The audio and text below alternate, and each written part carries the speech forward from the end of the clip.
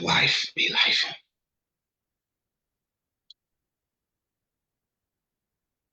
All right, I have a strong content, feedback, engagements, all of it. We are live now. I'm gonna check my screen.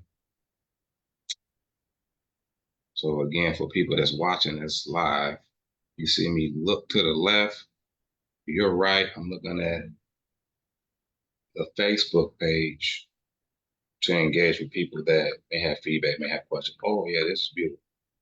This is a beautiful thing. So let me put a title on this, and then we're gonna blast off. We're gonna blast off.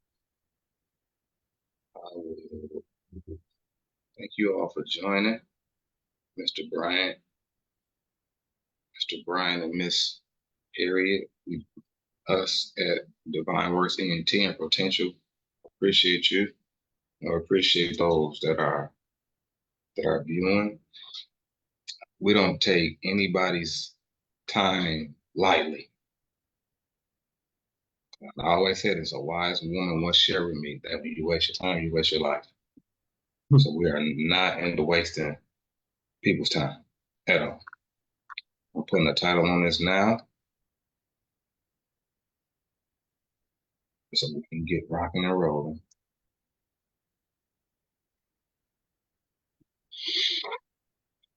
So this is gonna be a three-part installment. Let me go to my screen. Bam. I'm loving it. Three-part installment. Part 1, 2, and 3. August the 4th today, 7 p.m. to 8:30 CST. Today, next Monday, and the Monday after. August the 4th, August the 11th, and August the 18th.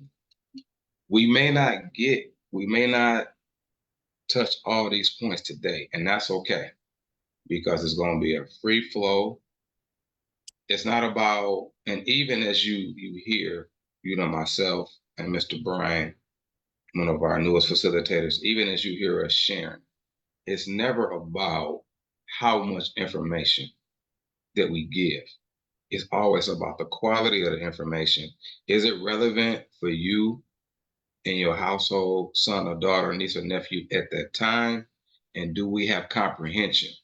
The comprehension means that do we have the understanding where this information goes for application? That those three components is our major priority. When we go into schools, whether it's elementary, middle school, high school, we're doing work in community settings, it's about pace. It's about the pace. It's not about how fast or how articulate we can sound.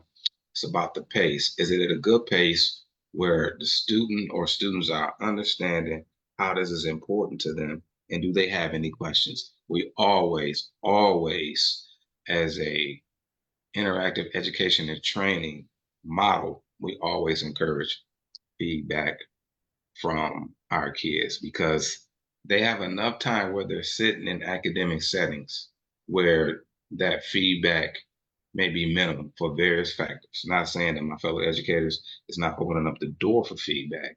What I am saying is that I've been in enough middle schools, high schools, I've done enough classroom observations to know that in 2025, most of our kids are afraid to public speak for various reasons. But our goal is to help them build up the confidence inside and out where they can share their perspective, share feedback, and share opinions and not be concerned about what other people are saying about what they're expressing.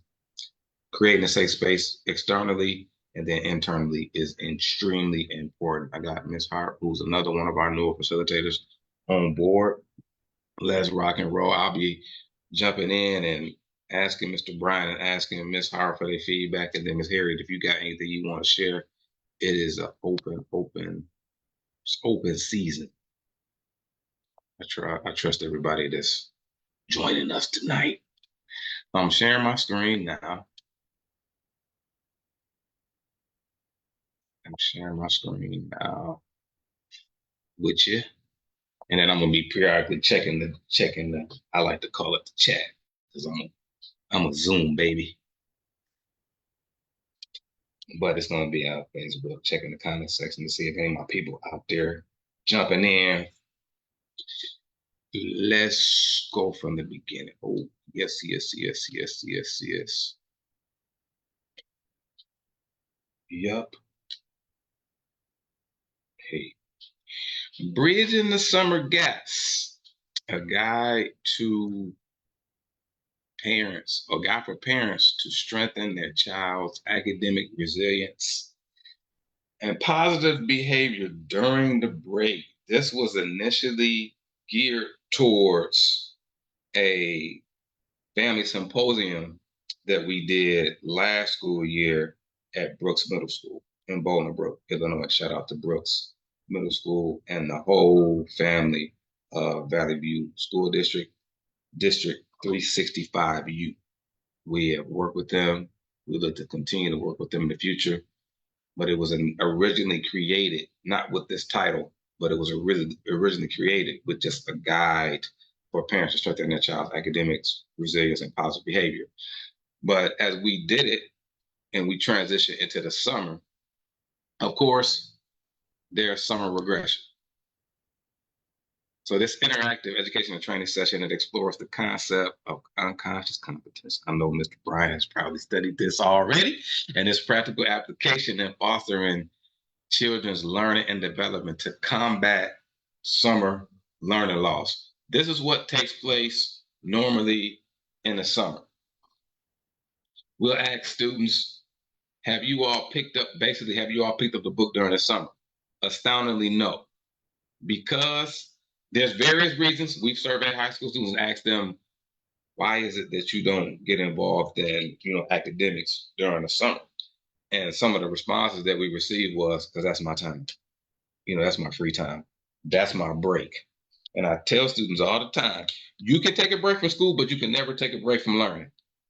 You take a break from school, but you can never take a break from learning, because learning is not only intellectual or theoretical, but it's experiential. And this is why the kids, their summer loss is occurring. Another reason is because they don't understand the importance of habits and routines. And so these transferable skills come from the academics to the social, to the emotional, to different areas of life, spiritually, physically, mentally, socially, financially. So our goal at Potential is to help the students build the habits internally that will help them be successful in the building and outside of the building. Excuse my sorry, my window is open. I like fresh air. It is what it is. Ooh, that was loud. I'm gonna mute next time, y'all. I apologize.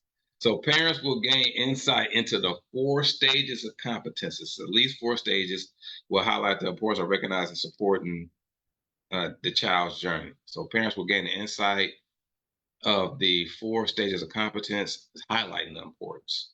So by understanding how these skills are developed and internalized, parents can adopt strategies that promote effective learning habits, enhance academic performance, and encourage positive behavior patterns during the summer break. Internalizing is important. So we talked about regression in the context of education. It refers to the loss of academic skills and knowledge that often occur during extended breaks, such as the summer vacation. Research indicates that students, especially those from disadvantaged backgrounds, tend to experience substantial regression in crucial subjects like math, reading, and life. I know you don't see it, I'm adding it to it. Math, reading, and life. A young person, elementary, middle school, high school, can experience regression, not only in academics, but from a behavior standpoint too. Why? Because they're not in the setting that they may be accustomed to for the 9 months. He or she may have yet to internalize that behavior. They may have that behavior in an external form where I only respond this way when I'm there. Give you an example. Substitute teacher, which I have been. Students, particularly I would say middle schools and high school settings, they will respond differently to a substitute teacher. because immediately subconsciously they're comparing my experience to 2025. And the behavior modifies according to what they see externally because they have yet to internalize the behavior. I often tell them this, it shouldn't matter who's in the room. You should always be who you are. Do you like fake people? They're like, no. But you telling me if your quote unquote real teacher is there and we respect them, but we saying a substitute teacher or a guest teacher, you act in a different way, you're an actor or actress. And those people act in other characters, they get paid for it and you don't. So why would you, so I challenged them on that to make them think, man, I should walk in integrity no matter who's in the room. Absolutely right. I'm not saying that you're going to be perfect. That's not what we're looking for, but we are looking for consistency. So knowing how a tool is used, which is information, and knowing how to use a tool are two totally different things. So knowing how to use a tool, which is the information. So Mr. Brian could share with Mr. Cage, this is how you do that. I still don't know because I have yet to experience it. So in this session, there's going to be information concepts given. It's going to be tools given. But our goal at Potential is to demonstrate in our experience in the personal professional aspect how we use these tools. Is to demonstrate in our experience in the personal professional aspect how we use it. Oh, I see why that happened. I'm sorry, yeah. Because I clicked the wrong mouse. Mr. Denton, did you have anything you wanted to ask, or anybody? Feel free to jump in at any time. Or Uh, unless I got any questions or anything. Go ahead, sir. I apologize. no, I was just watching the video you posted, I think 5 days ago via the public about the bridging the gap. I know we're expressing different content, but what I pulled out of that is getting students to understand that school is learning information. And like you said, life is experiential learning and application is what it comes down to. And our job as facilitators and speakers is placing children in these practical scenarios, scenario-based learning, in order to make real life situations and then extend into their decisions that they're making. So, right on. I'm loving it. I'm excited to get into the 4 stages of competence. Yeah. Yes, absolutely. And if you all get any feedback, feel free. If you want to put your feedback or questions in the chat, feel free, whether you are with us live on the Zoom or if you're watching on Facebook, feel free to put your questions and comments in the chat. Share some of your experience. It's about the village for us. It's a village. And I will say this to us as a community, whether we're talking about Joliet, Illinois, or this is scattered across the universe or in the world, that no parent, no teacher, no facilitator, no mentor has everything. We're not loaded. It's going to take a village to cultivate and raise our kids to maximize their full potential because Miss Hart has experience that I don't. Miss Harriet has experience that I don't. Mr. Brian has experience that I don't, and vice versa. So whatever experiences that we've had that can add value to our kids, that door has to be open, but there has to be respectful boundaries and expectations set for that to take place. I just got off the phone with a parent earlier today around 5:30, and I was telling her a little bit about potential, but one aspect I was highlighting to her is that as a professional, I always share with my fellow educators that your students are not your children. My students are not my children. They are my students. I do see them as my children in the community, but they're not my biological kids. And that means that how a parent will handle you is not how I'm going to handle you because I'm not your parent. How a parent will handle you, by your mom and dad, your grandmother, grandfather, because there are many grandparents, parenting grandchildren at this point. But whoever the legal guardian is, I'm going to stay in my role as a teacher, facilitator, and mentor and make sure that I respect those boundaries that your legal guardian has. So this is a little bit about me from a professional standpoint. I won't go into depth, but I think the only piece that I would want to highlight concerning that is that I love to exercise and watch Netflix and do nothing. Those are my favorite things to do. My heart is a training development specialist and training manager. I love to train. I love to empower people to maximize their full potential. I love to give people tools and ideas on how they can be better professionals as far as speaking and facilitation. So that's my position. I will always train and teach because that's what I've been created to do. That's not going to change. But my position is more training the trainer. So I've been mentoring since 2007. Shout out to my mentor, Miss Betty Washington. She may be watching this live, or she may be watching this, in the past or in her future, which is going to be our past in a second. She got me involved in mentoring young people. Around 2004 or five, I was selling real estate at Co-work Bank in Hornville. Shout out to the Prodell family. A lady came up to me in the copy room and said, Marcus, I can see you as a teacher. My response, no, you cannot. No, you cannot. I do not want to deal with other people's kids.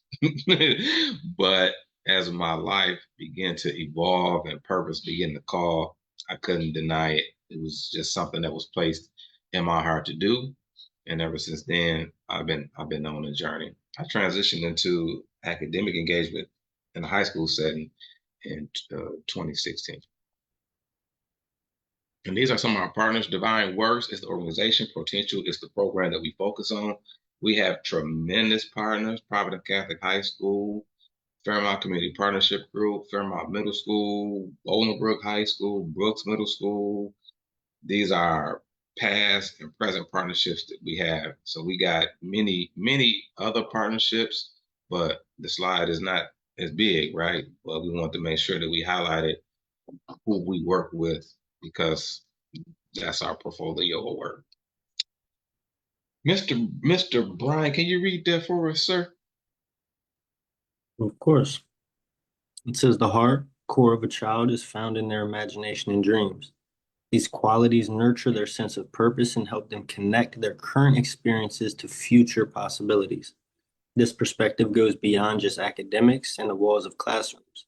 It also has a positive impact on their understanding of both academic and behavioral learning.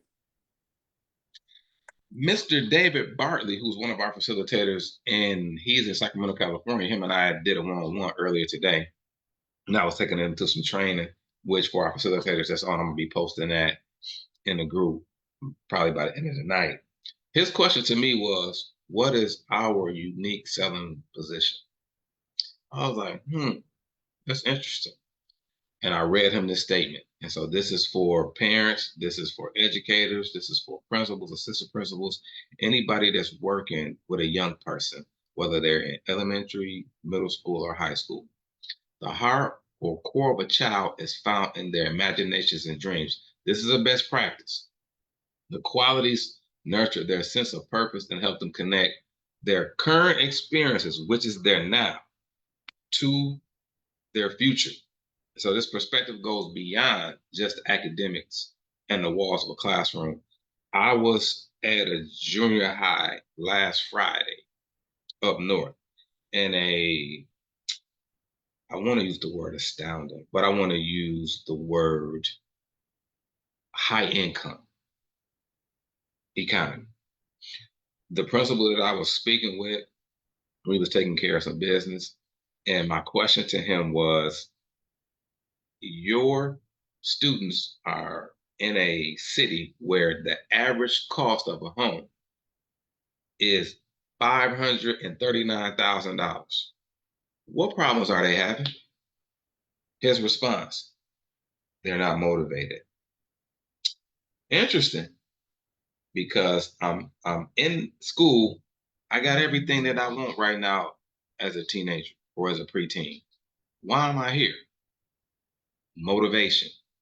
Best practice is that if you discover your child's dream, male or female, and they tell you, You use that dream from an inspiration standpoint, and we'll talk about dip versus dap. But if you can identify that, that's the motivation that's needed to expand them outside the four walls of the building or the institution. That's going to keep them motivated. Why? Because when something comes from me, I got ownership on that. And then Miss Harder, she's facilitating a group of one-on-one. Once she can identify what the dreams are of those young people, what inspires them, she can hold them accountable to their behavior. Because if your behavior is not in alignment with your dream will not manifest.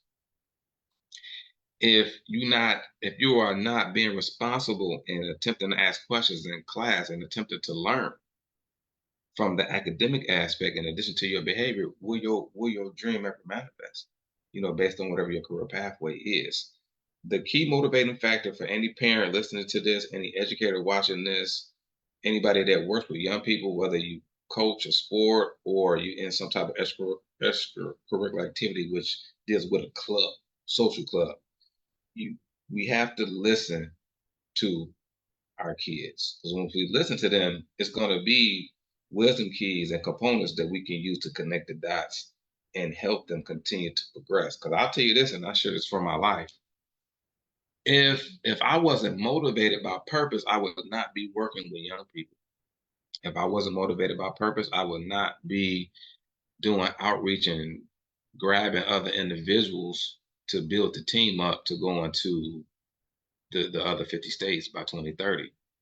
Because your vision or dream is always tested for validity. I'm paraphrasing Dr. Miles Monroe. So that's something to think about because that motivation, it has to be outside the four walls of the building, but then you can use the now to connect them to why are you here? If you do this, it's going to lead to this. If you do this, it's going to lead to this. So any thoughts or any questions? I'm going to open up the door. We haven't gotten to we doing what we're doing right now is that we're introducing the concepts and the comprehension connected to the concepts. Mhm. Then we're producing strategy from there. Go ahead, Mr. Den, you got it, sir.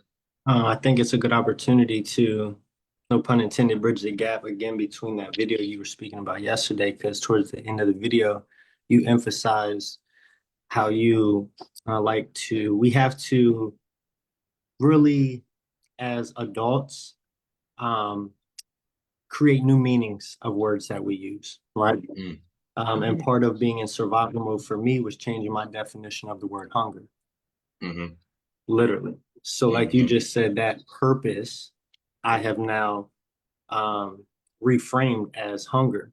And I know that based upon Maslow's hierarchy of needs, actual food, sustenance was part of my basic needs that I used to pay attention to, pay mm-hmm, a lot of my attention to. And I think that that word hunger is going to be a focal point for a lot of our students because a lot of our students they're facing problems of physical hunger, malnutrition. And if we can essentially redirect and reframe their definition of what hunger truly means from a purpose standpoint, they can essentially pay attention to what matters in their life. And we know that we attract what we emit, and mm-hmm. essentially the universal work in synchronicity with them, they will have their food, their sustenance God will provide, and they will be able to reach their full potential. So I did want to add that because the kids use these words very frivolously, and we don't understand how much power they hold. Um, and that's part of our spiritual shift too, part of our purpose here at Potential. Wow, appreciate that insight and that feedback. Hey, we building the tapestry of concepts, ideas, understanding, and application for our community. So as a quick break, I want to see who's in the room, whether you watching this live or you watching this in your present time again, which is our past. I want you to kind of interact with us and let us know if you have a elementary person, middle school person, or a high school person. You can do that by saying you can type E, make it simple, E for elementary, M for middle school, and H for high school. So do you have an elementary, middle school, or high school person? E for elementary, M for middle school, and H for high school. And in that, that you, if you can dare to dream, what would you say would be a problem or obstacle that you've identified with them? So we identify who's in the room. We got elementary school people, middle school or high school, EMH, and then let us know what problem or obstacle do you see what you have been having with them as of late. Because again, at potential, we're not cookie cutter. We tailor, customize our services or products to the actual need right then and there. Because there are many youth programs, and shout out to all my youth programs in Joliet and across the United States of America. Youth programs have similarities, but none of them are exactly the same. We even may have similar goals. We may have similar objectives, but each youth program is uniquely different. And when you find out the difference as to what the program does, why it does what it does, and how it does, you will see a differentiating factor, which could influence your decisions as far as I'm gonna put my child in this because they do this and this how they do this. So I'm not promoting us, I'm not promoting any other youth program. I'm just sharing with parents how you can really fit your child into the program that really fits what you're trying to accomplish for them as far as you identifying where they are, what their problems are, what the program does, and how it does what it does. So as you can see, this is what I do. Your dream is bigger than your diploma. This is not something that we play with. These are people's lives at stake, whether it be academically, whether it be career standpoint, or whether it be from a purpose standpoint. So this is serious business for us. This is not for play for play. This is what we eat, breathe, and sleep because this is what we've been created to do.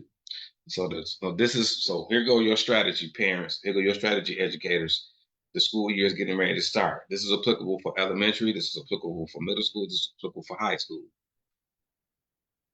Miss Hart, how are you doing today? Oh, Mr. Katz, I'm okay. Can you share with me what your dream is? What is your dream? Now, for elementary schools, even middle schools, depending on, we're going to say middle schools, we're going to say specifically, maybe even we can say fifth, sixth to eighth, 5 to 8. You can have them draw this. You can have them draw this. They can write this out, but you can also have them draw this because in those age brackets, art is a big thing. And so my son is an artist, and he learns best because he's an intellectual too. So he's a sponge. He soak up everything. But he's an artist by trade. So I would ask him, draw this out. And I give you another strategy too, because at times we are so, as a society, we can be so limited on how we do things. As a teacher, I'm always a student.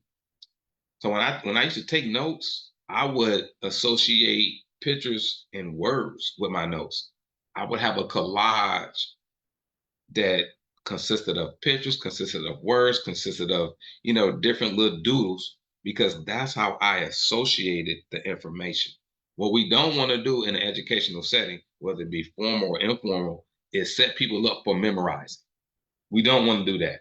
We want to set them up for associating the concept with them from a maybe emotional standpoint or whatever is best for them. Maybe the person is an audio learner, maybe the person is a video, maybe the person is a tactile.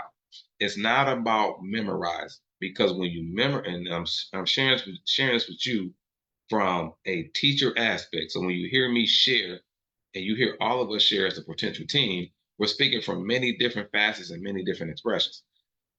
We may be talking about this is me when I was in a classroom. This was me when I was outside. This was me when I was working at a community center. So I'm sharing this with you, particularly from a teacher standpoint in a formal classroom setting. High school students will cram for an exam, and when they cram and memorize, once that exam is over, the information is lost because it's deemed as useless. It's deemed not as value. It's important to me for the moment. so I can pass this class. But after I pass this class or this exam, I don't need that information anymore. And this is why it's important to really cultivate association. So the dream, it doesn't have to be written out. It can be written out, it can be drawn out. Whatever is your child's best tool that they use, whether it's fifth grade through eighth grade, whether it's elementary or even high school. We want to tailor our questions and our requests to what's most attractive to them, set that baseline, and then grow them up in other expressions on how to get this out. Go ahead, Mr. Brian. I know you got something to share. Jump in there, sir. The water is steaming. The water is steaming. No, just it goes back to that. You and I, when we first spoke, one of the first conversations we had, we brought up the idea of school is the colonization of learning, of knowledge. And I mean, Rockefeller is quoted for saying he wanted a world full of workers, not thinkers. Mm-hmm. That's outdated. we're we are thinkers, and this is personally, I shared with you that I was in the wrong game. I was selling material items and things like that, trying to get an outcome when I needed to be selling spiritual healing. Mm-hmm. So you memorize your subconscious and our nervous systems memorize practical applications and principles when we learn our lessons in life. Mm-hmm. Like you said, once you are certain in yourself and you are displaying or conveying a lesson to somebody, you don't need a script. You don't need to memorize any information. It's about getting the message across. And that's what makes us special. It's not, and the people that are running the schools, the administrators and the teachers and the staff, essentially, these are the eggshells that they walk around during their typical days and weeks and things like that. And granted, it's difficult. There's parents that have expectations and um, what's the word that I'm looking for? Entitlement is a Mm-hmm. real thing nowadays. But if we can, there's kids that are looking and that need our wisdom and our guidance.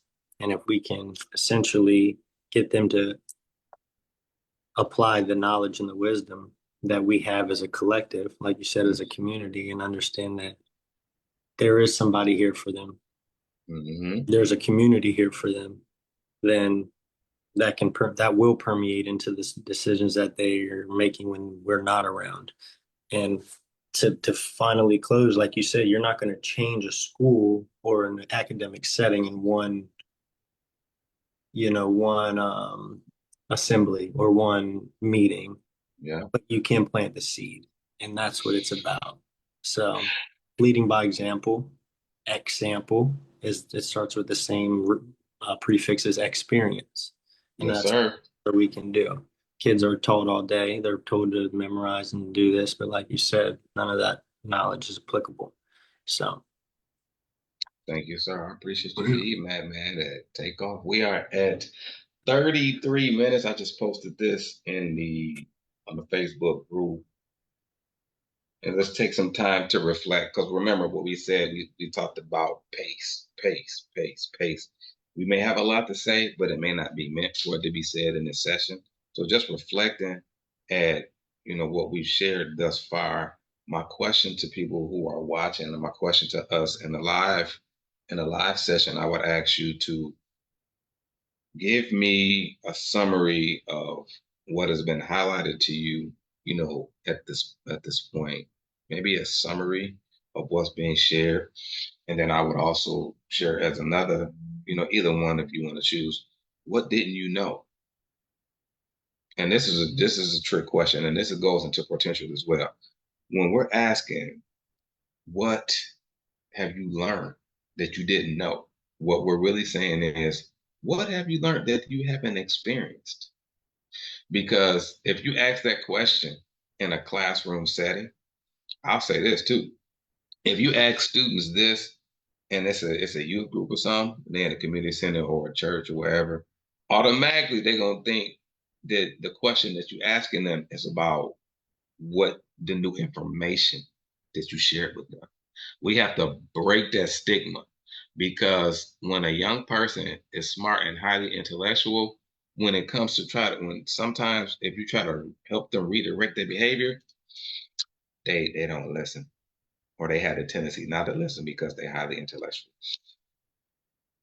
The question is, what what has been said that you didn't know? What have you learned that you didn't know from a experiential standpoint? Or you can give me a summary or give us a summary of what has resonated with you. It can be a best practice that we've shared or anything in that aspect. So I give a little time, maybe about 30 seconds, and then I'll check the chat. I'll check the comment section. I'll check the chat. Then if there's nothing there, we'll move forward. If there's something there, and then we'll camp up.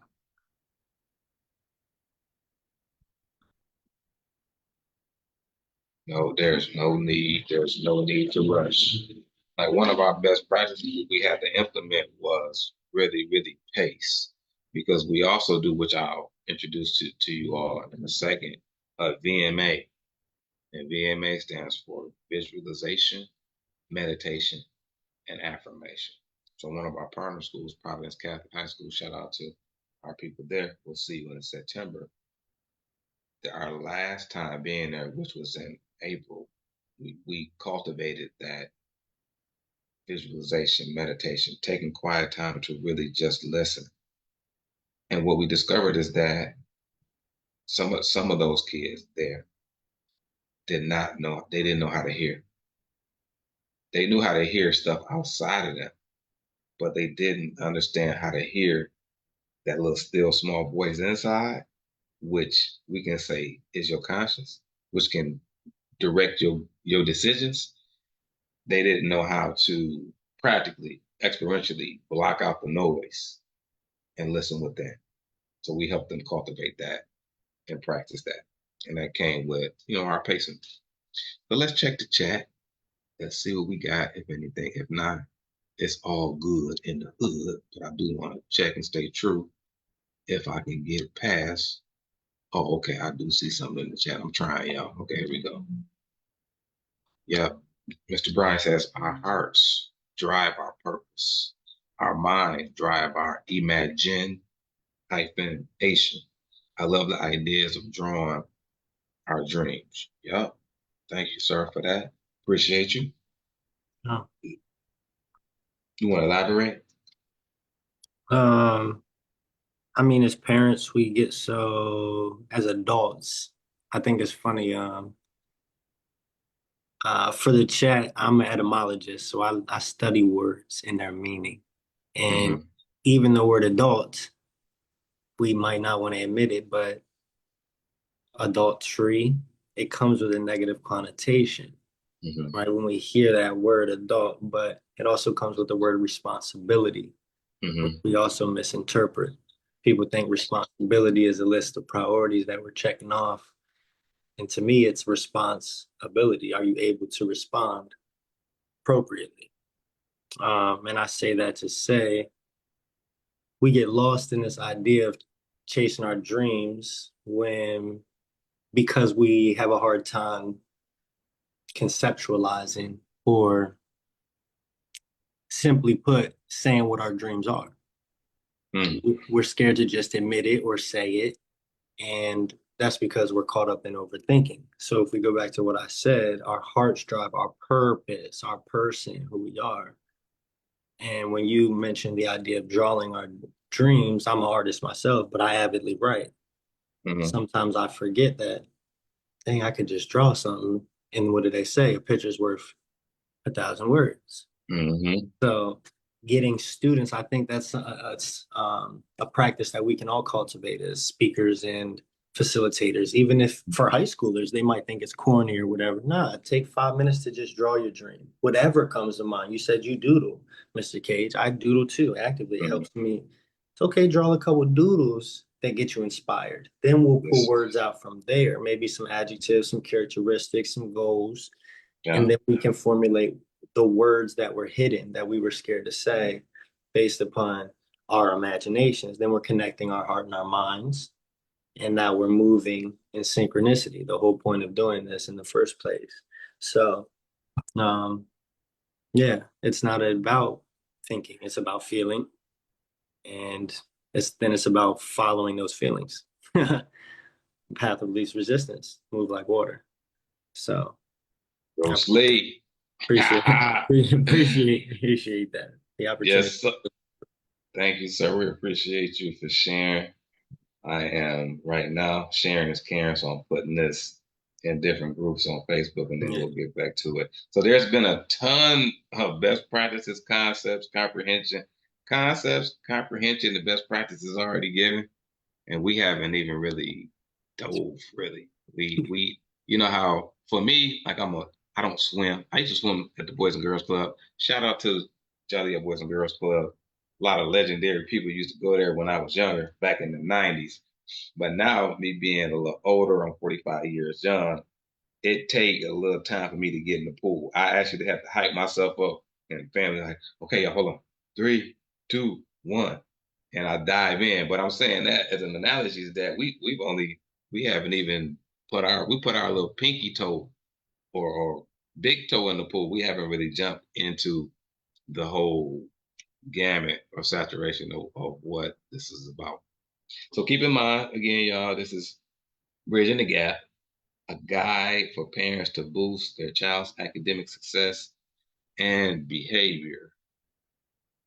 And then these are other questions that we ask. What do you aspire? Why do you aspire to achieve that dream? This is Miss Lit on here.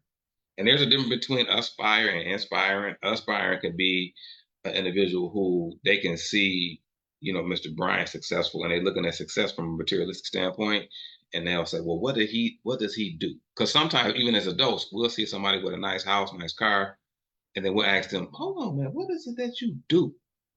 And if we fall victim to be influenced by what a person does solely because of materialism, that's not going to hold us long term because it takes, I won't say hard work because hard work has a different connotation, but it does take consistency in order to experience success in any career pathway. So those conversations can be had with our young people because what we don't want to do is have them under the false pretense or false expectation that you're doing stuff just for money and material things. Because reality is that's not gonna hold them. Ideally, if they want to try it, that's okay. Because what we like to promote is exploration. And I'm sure parents have realized this. Hopefully, we've realized this is that I want you to just write this word, type this word just for engagement purposes. Environment, environment, environment, and exposure to that environment and exploration in that environment. I like it's at least four E's that we use, but I'm just giving you three. Environment, exposure, and exploration. It's important to get our kids involved in different programs, get them into different environments so they can explore, so they can be exposed. Yeah. So the three E's were environment. It was environment, exploration, and there was another E, Mr. Brown. Do you know what it was? exploration, Exploration. It's a fourth one. I can't recall it right now, but it's okay. exposure due to exploring their environment. We can simplicity, but yeah. We appreciate you, sir. Mhm. So here we go. Dip, or dap. So how can a parent use this to tap into the motivation that a young person needs, whether it be, I'm gonna say specifically in middle school or high school. Because in elementary school, we go into elementary school and we do a session. If we say y'all got questions, y'all want to participate, all them hands popping up. They popcorn. But as you see it, as you go into middle school, as you go into high schools, the participation from our experience decreases, probably because of life experiences and the interpretation of those life experiences. We always tell people it's the experiences that you have, but it's your interpretation of those experiences which determines whether you progress or you grow. So this method can be used by parents, by educators to help the young person remain motivated by tapping into their dream. The question is, are you dapping or are you dipping? Because if you dapping, dapping stands for dreams, aspirations, and plan. Dipping is dreams, inspiration, and plan. So I'd rather you dip than you dap. But if you dap, hey, hopefully to get you to the space of being inspired. Because remember, if the students are inspired by their dreams, then the four walls of the institution and any culture that's there that's being perpetuated unconsciously from their peers to them, it won't have as much of an effect because I know what my dream is. My dream is outside of the building, but I still need to make sure that I do what I need to do academically and behaviorally for that dream to manifest into reality. So I'm giving you nuggets. I'm giving you nuggets. So the question then you ask them is, what actions do you need to take to turn your dream into a reality? I use my son for example. We went to a suburb last summer. We did a lot. It was like the best summer. We went so many places. We experienced so many things. We went to a suburb called Naperville, Naperville, Illinois. Those that are in Joliet, or you in Will County, Lockport, Sherwood, Plainfield, you've experienced Naperville. Naperville is different. It's a beautiful town.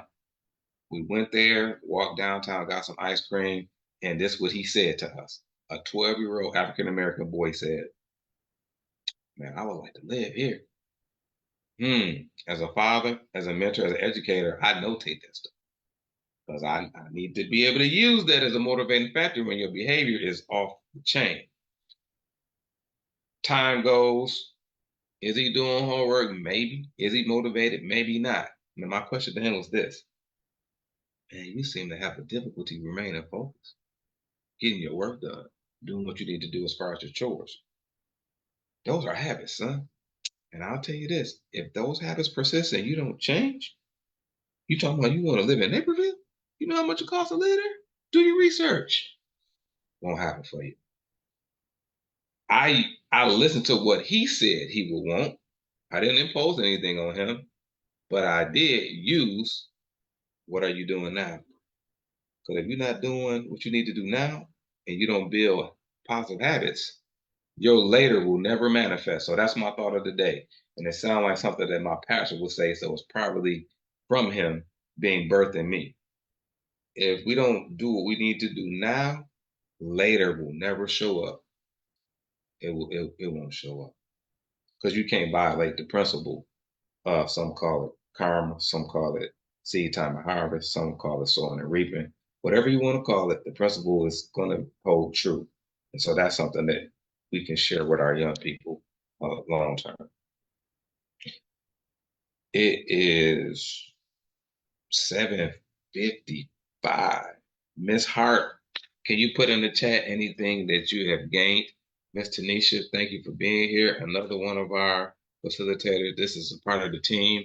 You got Miss Tanisha, you have myself, and you have Miss Hart, and located in Illinois, and you have Mr. Denton, located in Baltimore, Maryland, right? Salute, salute, salute. Sure.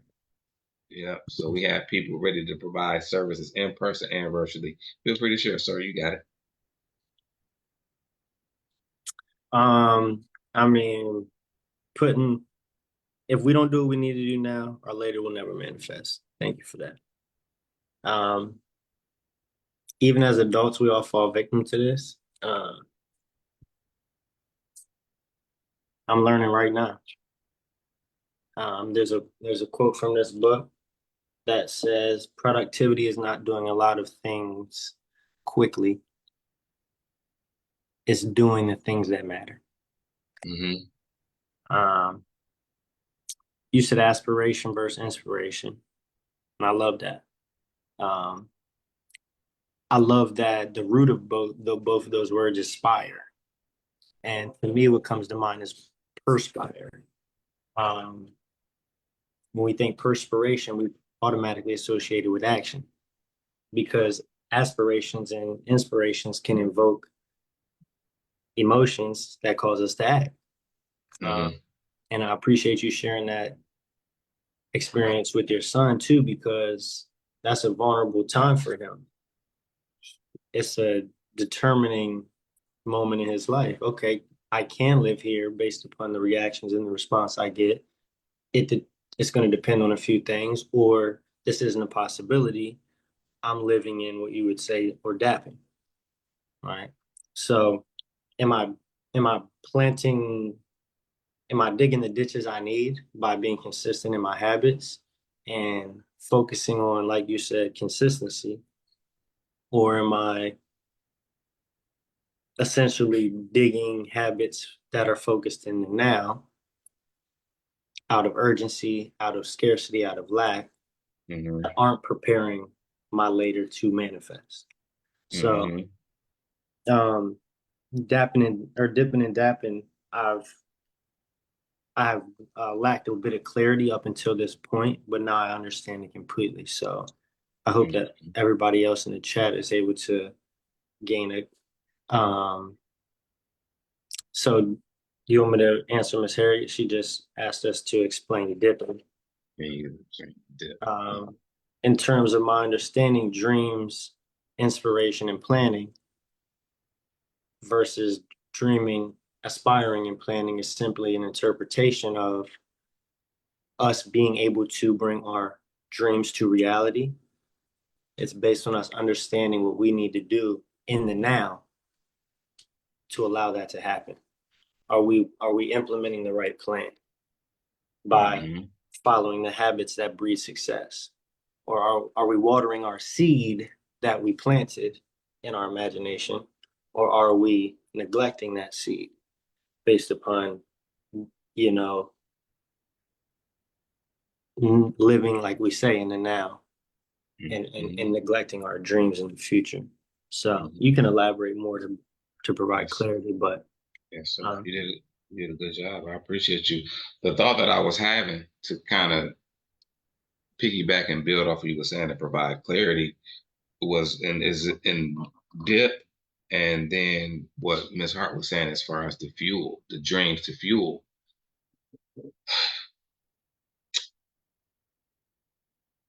I used to have a. I'm gonna make a statement. I'm gonna just bring this quick story. I used to have a Aurora.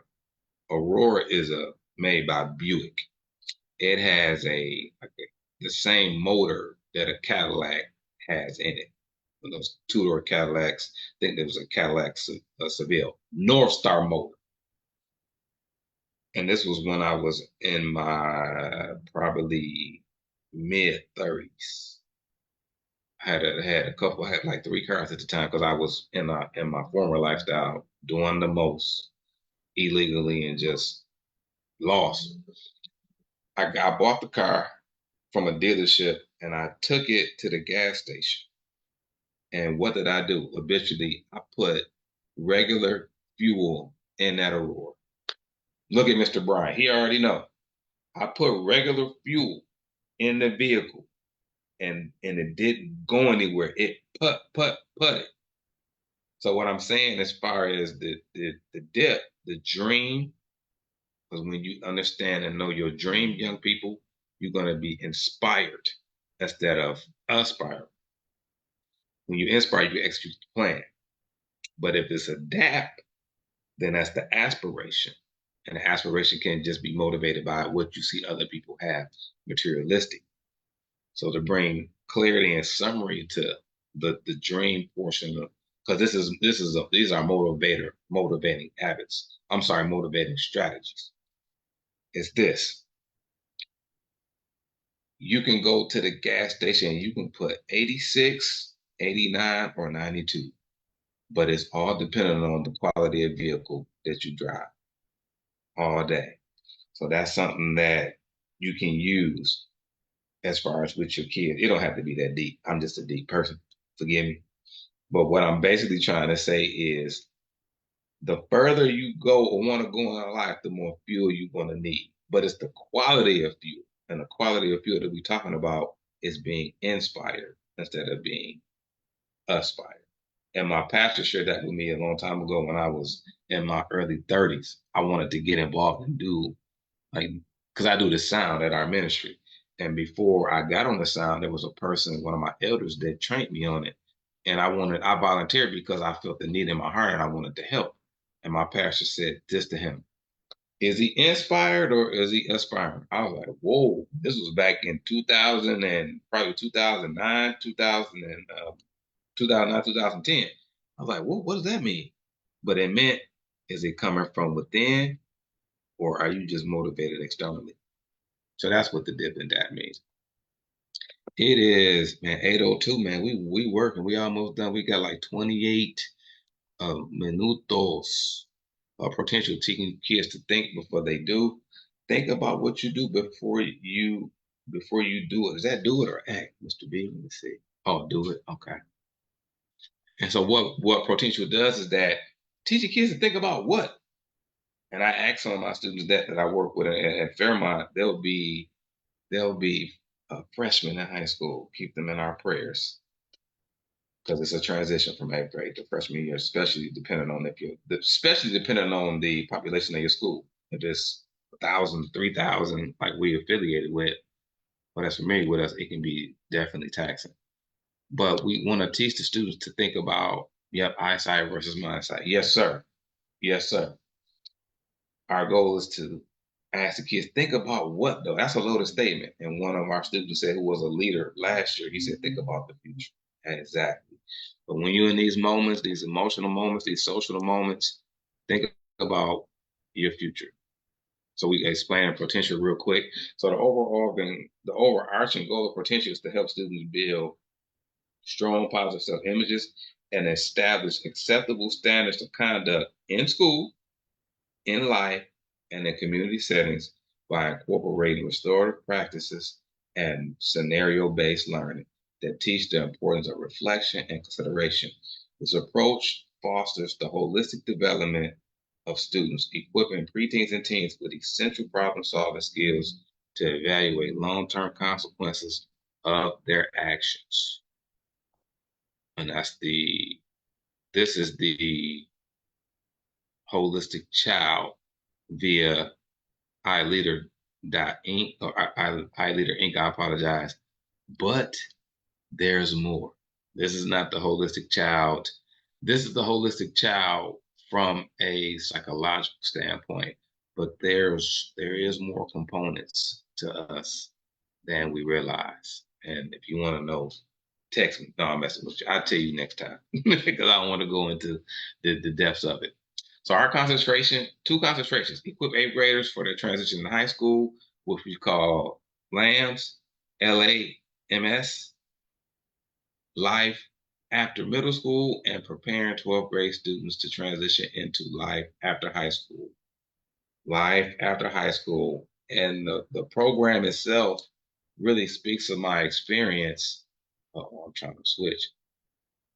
In high school, where my high school career took a tremendous fall because coming out of junior high, I was a straight A student, gifted students, high honor roll.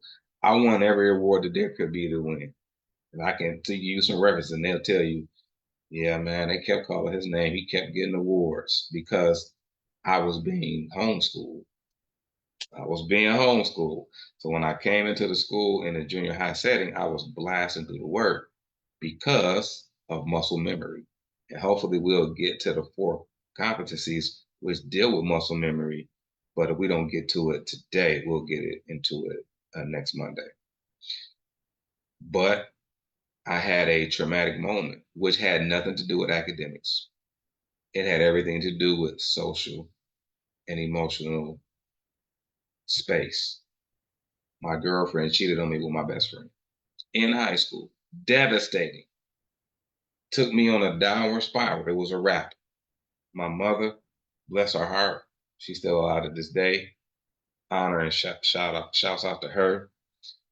She at the time, and I'm only sharing her story because it's a part of my story. So just FYI, we are very confidential in our storytelling, whether it's on camera or off. We respect people's lives and we don't put people's business out there. Only time I'll share somebody else's story is if it's a part of my story. So I'm sharing this with you for a purpose. My mom at the time experienced a great loss of her dad, which she didn't know how to cope with that in a healthy way. So to think that I'm cheated on my girlfriend by my best friend, I trusted her because I had her in the place of my mom. Because with my mom experiencing the loss of her dad, she abandoned us to cope the way that she had to cope. So I put my girlfriend in the place of her, but found out that you cheated on me with my best friend, which I trusted him. So I trust is a big thing for young people. It probably holds more value now than it did when I was a teenager or when you was a teenager. But my trust, I got violated.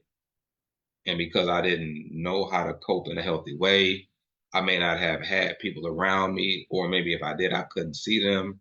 It led me to look for love in all the wrong places, looking for attention, which you find attention in who? Your peer group. You find attention in who? Girls that may like you. I turned into the letter king. I wrote so many notes. I spent more time writing notes than I did actually focusing on my academics, and it led me into a downward spiral, which in 5 months after graduating from high school, I graduated into jail. So I graduated from high school, but where did I graduate to? The county. And I was on probation for from 1998 to 2002. And then I had to wait 5 years from 2002 to be able to expunge my record.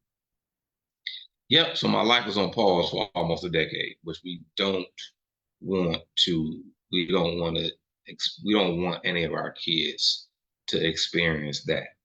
So this is my dear brother, Mr. Ernest Krimp. Much respect, mad love to my brother.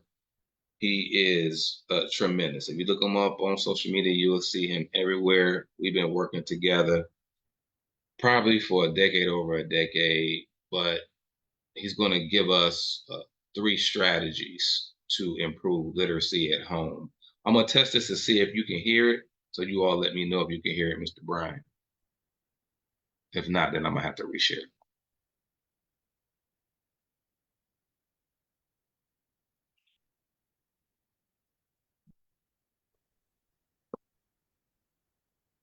Could you hear that, Mr. Brian? I don't hear anything yet. You couldn't hear the audio? Let me stop the share. I'm going to stop the share, then I'm going to reshare. But in the meantime, this session is almost complete. Let's take some time to kind of decompress and,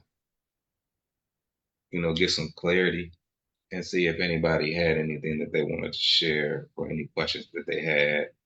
And then let's do where are we? What have we learned so far? And I ain't trying to be deep. What really resonates with you, or what questions you have before we go on to this last portion.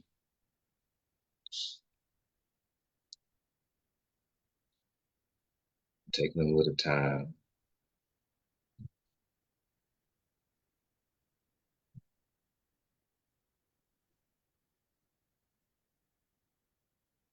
In the meantime, I will share and just to make sure that we can hear the audio.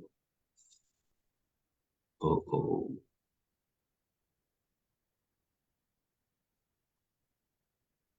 Let me see, y'all. Did a little tricky for a brother. Oh, here we go. Share sign. All right, I'm gonna do a last little check before I complete the share. Shout out to Choya Porter. I shared the live in a group. She said she couldn't see it, so I sent her a friend request just so she can go on the page and see it. Thank you, Miss Porter, for letting us know that you couldn't see it. Hopefully now you can, be a part of the experience with us. All right, I'm gonna share my screen real fast. Ooh, all right. Sound should be available. I'm clicking the sound box. Let's rock and roll. That according to some studies, 85% of black children across the country are not reading at grade level. And in my state, Illinois, there are some districts where only 11% of black students are reading at grade level. In fact, some districts don't have any black students reading at grade level. And it's not just a racial thing. This is across Folks, I'm sorry, y'all. I'm trying to move up. the board, y'all. It's an issue. This creator and educator is talking about how we need to intervene at home. So let me give you a few tips that I've seen work that I think you can use right now. The first thing we have to do as parents is make sure we read to our kids every single day. Read something, even if you don't have time to stop and read a book. Matter of fact, right before they go to bed, read them a bedtime story if it's hard for you to schedule any other time. If you can schedule time, try to get in at least 30 minutes a day. And don't just start when they start learning how to read or learning how to talk. Do it when they're young. Do it when they're newborns. Do it in the womb because they're still learning. Just because they haven't started talking or reading yet does not mean they're not developing the skills. And it doesn't mean they're not studying how you read and how you communicate. So start now. Take time today. Number two, check this out. I need you to understand this. Every child of educators has a cheat code and an advantage over your kids, right? But it does not mean that you can't get that same cheat code or advantage. Think of it like this. LeBron's kids have a cheat code. They have access to more basketball equipment and trainers and things like that so that they can become great or make it to the NBA like him. But it doesn't mean that they'll actually turn out as great as him, but they do have the resources because they know somebody who's going through what they are going to go through. Same thing with educators. So what you need to do is contact your educators, contact your kids' teachers and ask them, how can I teach your content at home? How can I support what you're doing at home? Because best believe if they have kids, they know what they need to learn and they're employing those methods on a regular basis at home. I'm here to tell you that I do that. My wife does that. And that's why my kids are doing great in school. One of the reasons anyway. Additionally, what this will do is it'll let your kid understand and realize that education does not just take place in a building while you're sitting down and listening to somebody lecture. Kids think school is boring once they get to a certain grade, and it's understandable because we haven't shown them that they could be learning math, history, and English and science just going throughout their daily life and while at home. All right, my last point might be controversial, but I gotta say it. We gotta start paying our kids for education. We got to start paying our kids for getting good grades and for reading and going above and beyond. Because look, y'all, we live in a capitalist society. Our kids are seeing people all around them make money all the time at various points in their life. But we're telling our kids that they need to wait not just 12 years, maybe 16 when they go to college, maybe 20 years if they go to grad school until they start making real money and then they paying back them loans too. But at the same time, they're seeing dudes in their neighborhood making money in nefarious ways, or they're seeing people play a game and make money. Come on, y'all. We got to show that knowledge is not just power, but knowledge is commerce. Knowledge is economics. We can let them know that, yeah, you can get an academic scholarship when you graduate from 12th grade. But in the meantime, we have to give them small incentives. I mean, look, that's what the NBA just did. We want people to play for the championship, but unless we give them a small incentive like the in-season tournament, they ain't going to show up every day and perform. So we have to do that as well. I mean, seriously, I just met a young man who told me that he loves science. And then when I asked him what he wanted to do for a career, he said the NFL. And why did he want to do that? Because he can visibly see that playing football well equates to making a lot of money. But he cannot visibly see how being smart and loving science equates to making a lot of money as a young black man. We got to change that. There are some studies that even say that it might be more advantageous to incentivize the process because our students cannot definitely determine the outcome of their grades, right? But you can find a way to say, if you do this, this, and that, or, read a certain amount of time, or follow these study habits, then you can pay them for that. And that can also have tremendous benefits as well. Because for real, y'all, whether you know it or not, like, our kids go to a job daily for 7 to 8 hours and they ain't getting no money for it. And I understand you're going to say one like that when I was growing up, but times are different. And if I'm real, I got paid by my grandparents. My grandma used to pay me a little money when I was in high school to get good grades, and it worked. And now I'm at the point where I'm able to make a living by teaching other people. And even while I was a classroom teacher, I was literally making money for learning and teaching other people. It pays dividends, y'all. Let me know what you think, though. Do you agree with these 3 points? Would you change one? Would you add something? Hit me up in the comments, so let's continue the conversation. Yeah, man. Yeah. Woo! Now, I would say this. That's a close friend of mine, but I don't connect with people because we're friends. So what I'm trying to really express is that we vary on our perspectives on everything. So some things I agree with, some things that I don't. I'm only saying that because some of the points that he made, I had those same thoughts before him and I even had conversations. Yeah. So I want to know, what was your takeaways from the video? And hey, well, I wrote some stuff down. I want to see what your takeaways were. You can put it in the chat, or you can put it in the comment section of this video.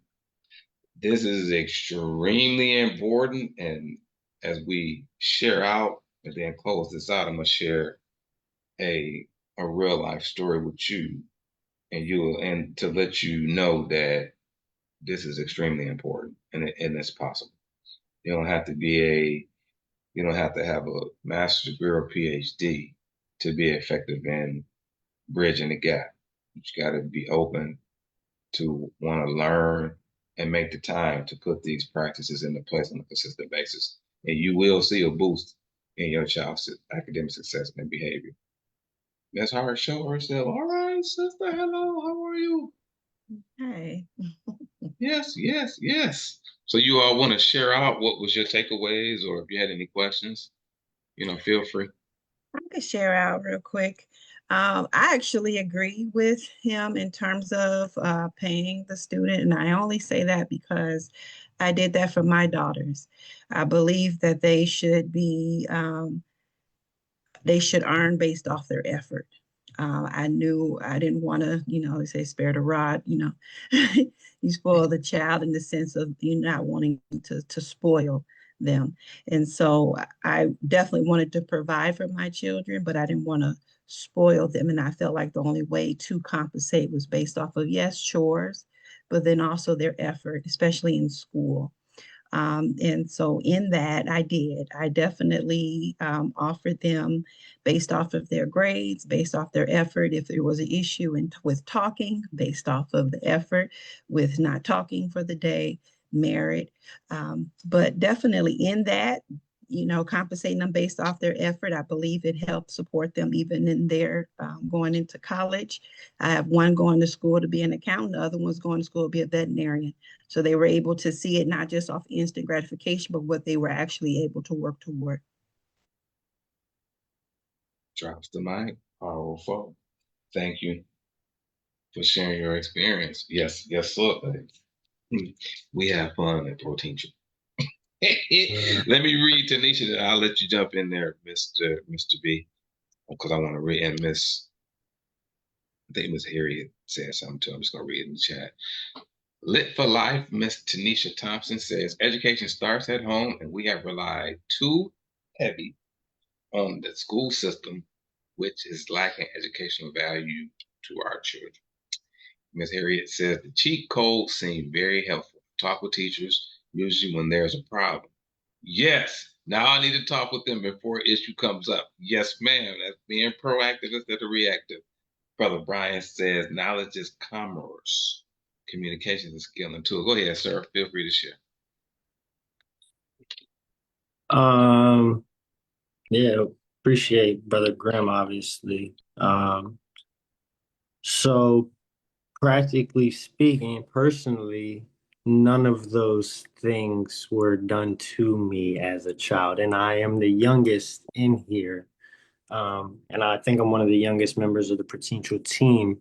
And where I lack an experience, um, I have an advantage and less of a gap in age.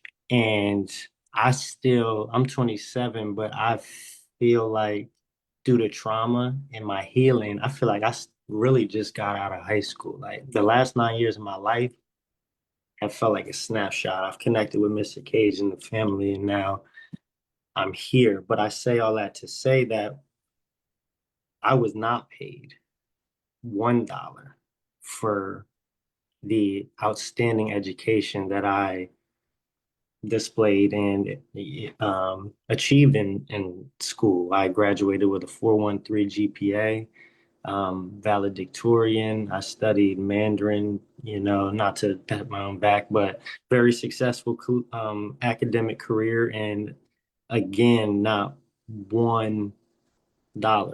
And I'm not mad at that, but I Hmm. say that to say that it impacted me greatly over the past decade in my ability to, like Brother Grimm said, equate learning and knowledge to financial success. Hmm. Essentially, to make things a circle, I was a worker, not a thinker. Hmm. I had a worker mentality, not a boss mentality or an employer's mentality rather than a boss's mentality. And that was part of my trauma. That was part of my getting out. And even today, during my run, one affirmation that comes to me is, you don't have to work so hard. Wow. Wow. And it made my whole, and again, based on what we've talked about, I have been trying to be the jack of all trades over the past 5, 7 years of my life, but we don't have to work hard. We're taught that. And I think one of those, like you said, it is um, contradicting to think we should be paying our children for their academic success, but children are not experientially taught to value school anymore. Everything is monetary value. And if we can essentially hijack their value system in the short term, but planting long term seeds, then when they're 18, 19, 20, 21, even 14, 15, 16, kids getting jobs early, they're not working or they're not, um, I think it's abnormal perception. There's without certain experiences during critical periods of development, perceptions develop abnormally. Children are developing abnormal perceptions of their learning, and then they're projecting these onto the world.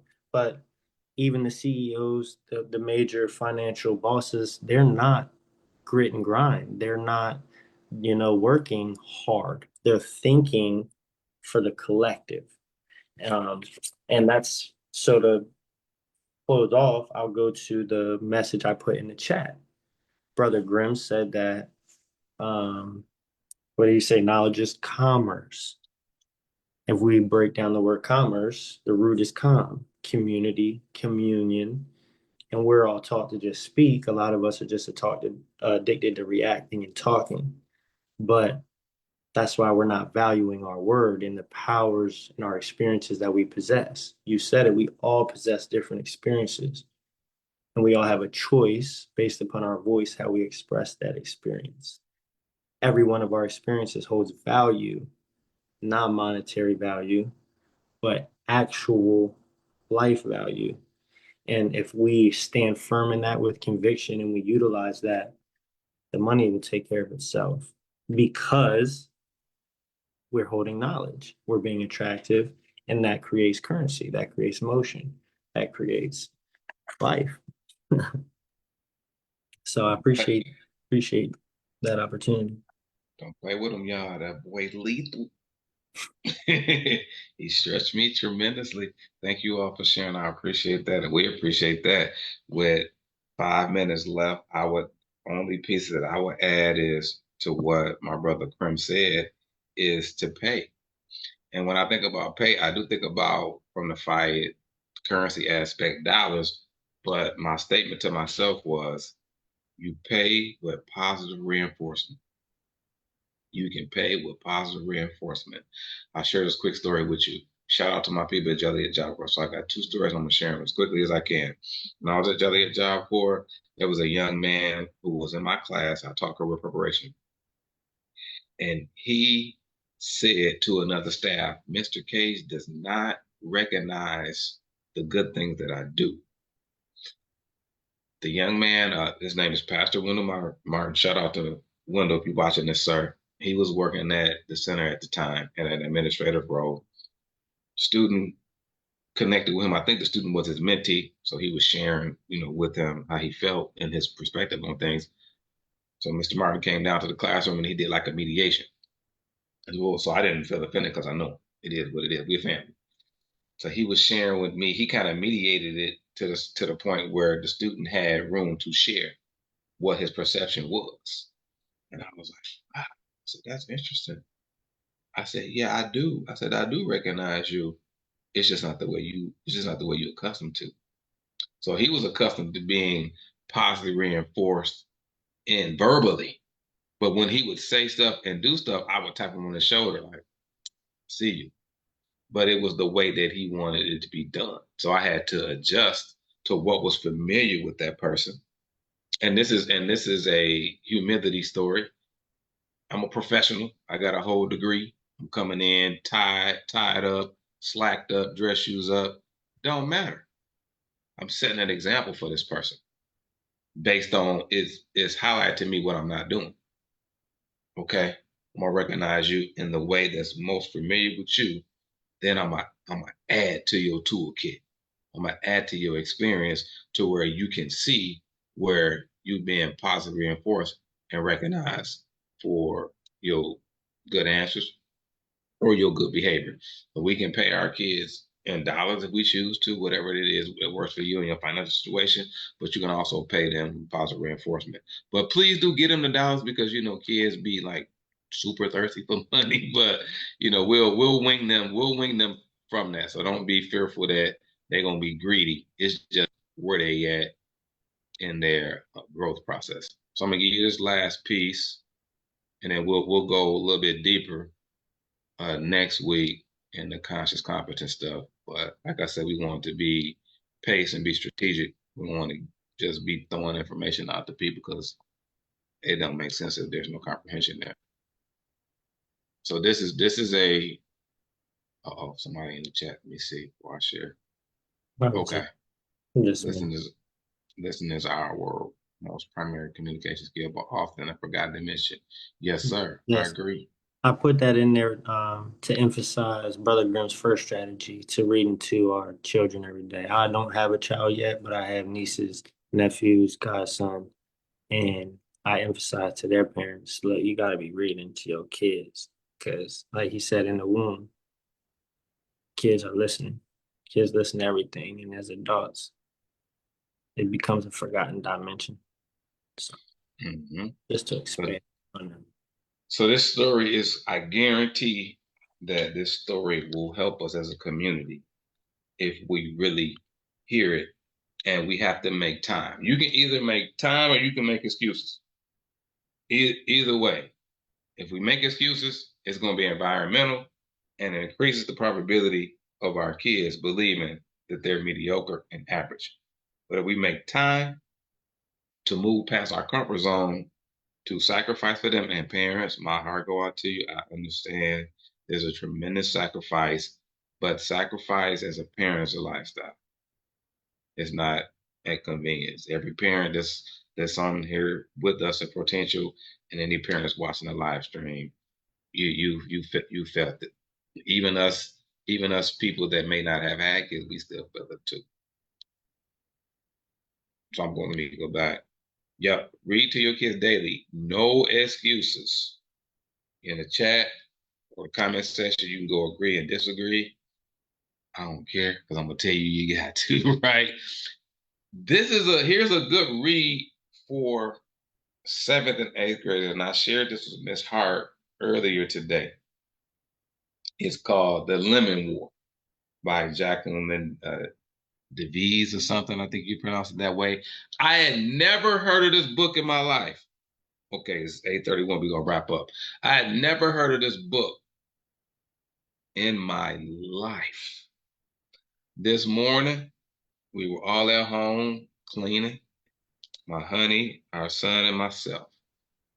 Three-peat, triple threat. And I felt, and I'm saying felt, I'm emphasizing my emotions, that, son, you're not listening to your mom. And I feel some type of way because the queen should not be treated in such a way. This is how I feel, y'all. I ain't saying how I feel was accurate with my perception. I'm telling you this how I felt. So I felt a certain way and I wanted to talk to you in an assertive way. I need to redirect your life, right? She looked at me and said, no, it ain't time to address that right now. We got inspectors coming, this, that, and the third. And I said to her, well, I don't really want to address it. I'm just saying that you're going to be in high school next year, sir. We got to get away from the immaturity and step into maturity. Whatever we need to do, we need to get it done.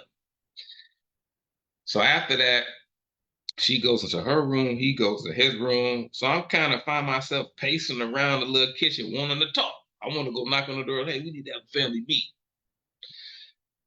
He comes out with a book called The Lemon War. He brought his timer with him, sits at the table, the same table in the same exact spaces where we had our last intimate conversation. Amazing. He sat in the same seat. And I didn't pick it up till I really looked like, okay, this is our last conversation. Because it resulted in us saying that as a family, we all have to improve individually for our families to improve. And your responsibility and my responsibility of improvement is not contingent on if you do it or not. It's based on this conversation that we've had. So that was the last conversation that we had. He sat in the same seat. I sat in the same seat. And he begins to read. And I'm watching him. He hit the timer. And he really doesn't want to read, so he just want to get it done.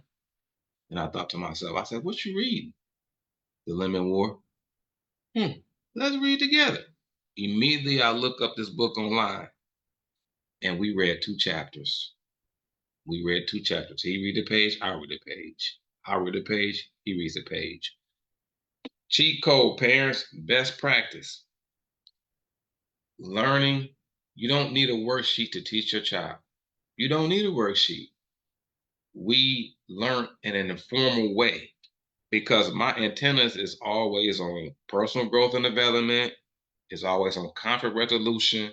It's always on social, emotional learning. It's always on entrepreneurship. So my radar go wild when I see certain paragraphs and certain settings. And as we read, I said, hold on. I said, hey, hold on. This is just natural conversation. This is organic learning. Hey, that statement right there, like, what does that mean to you? Because basically, in the summary of the chapters that we read, is that you got 2 siblings, a male and a female. The female is younger than the male. She is in the 2nd grade, but she's smart. So she gets bumped up to the 4th grade where her brother is at, and her brother feels some type of way about her getting bumped up. He already feels and believes that she's smarter than him. So you say, you coming to my grade? I really don't like that. So in the story, he says, I hate you. He calls her a baby. And my question to him is, how do you feel about that? And we had a very intense conversation. The conversation was so intense, we got distracted from the reading. I said, hey, we got to focus. And so I'm giving this to us in closing to help us know and understand that reading is important. Your child will be a product of your environment. Your child will be a product of their environment. The question is, what environment is going to have more influence? The environment at home or the environment outside of home? I want my child and children to be more influenced in the environment at home than outside of home. But we got to sacrifice and set the example. Kids listen to what we say sometimes, but they follow what we do. All right, y'all. It is 8:35. We ran a little bit over time. Let me get your quick summaries, whether it's in the chat or whether you want to throw it out verbally. I would say that expectations that we can land the plane, give you like 1 minute to give you a summary if you want to verbalize it. Or if you want to put it in the chat, I'll read it and make sure I cut it to 1 minute, just out of consideration of the time frame. I'm tired, but I'm a good tired though. Very fruitful conversation. Ms. Harriet, feel free to share, ma'am, if you got any any questions that you want to share or anything that you taken from today's session entitled Bridging the Gap, a guide for parents to boost their child's academic success and behavior. This will be the most prolific school year that your child will have. We decree and declare. Okay, let me check. Go ahead, sir. I'm listening to you. Obviously, I want to thank you for the beautiful time today. But yeah, bridging the gap, it starts with communication. It starts with effective communication. And really it's, to me, again, I'm not a father, but being there with your student along the way, knowing that it's not, again, responsibility is being able to respond. We need help. That's what we're here for. And it's never too late to start communicating effectively. And that's in the home. In terms of us as facilitators and speakers, remembering that the kids or the students aren't our children, and making sure that essentially we're extending this specific message into our content as well, bridging the gap between us as adults and higher ups into their, because they're going to be in our shoes in a decade. So look, you're listening to me and I've grabbed your attention for some reason. We're resonating on some level. And if potential can bridge that gap, then we're doing what we need to be doing. Our kids are going to be different and not that. That's what matters most. So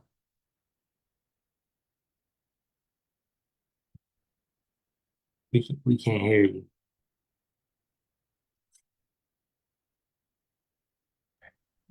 Thank you, sir. Thank you for your contributions. As a teamwork made the dream work, my brother.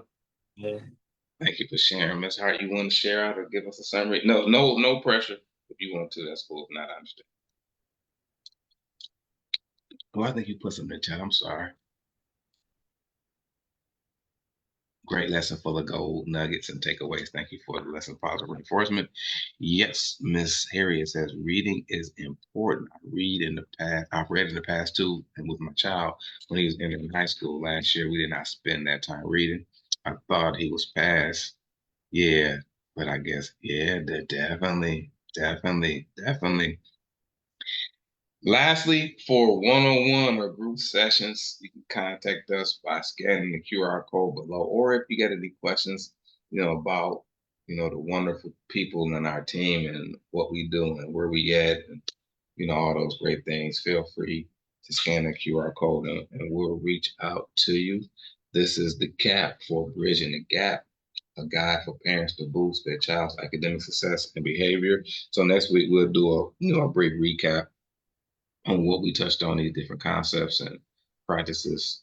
So then we'll go into the depths next week. So be ready to get some quiet time, to be ready to meditate, and then go on to the 4 competencies. It's going to be an amazing experience, not a lecture, but an experience. Because at Potential and at Divine Words Education and Training, we live what we teach, and we teach what we live. So our goal is to impart that experience so our parents, our community, and our kids get that experience and feel the weight of it and integrate it into their lifestyle and maximize their full potential. We appreciate you all today. We will definitely see you soon. stop everything and see how we can connect next week. I want Miss Hart and Mr. Bryan to stay. We're gonna stop our little broadcast and we will connect with everybody next week. All right, let's see. Give me a moment, please, so I can stop all this stuff. Let's see. We still on, so y'all be patient with a brother. Stop it somehow. Okay.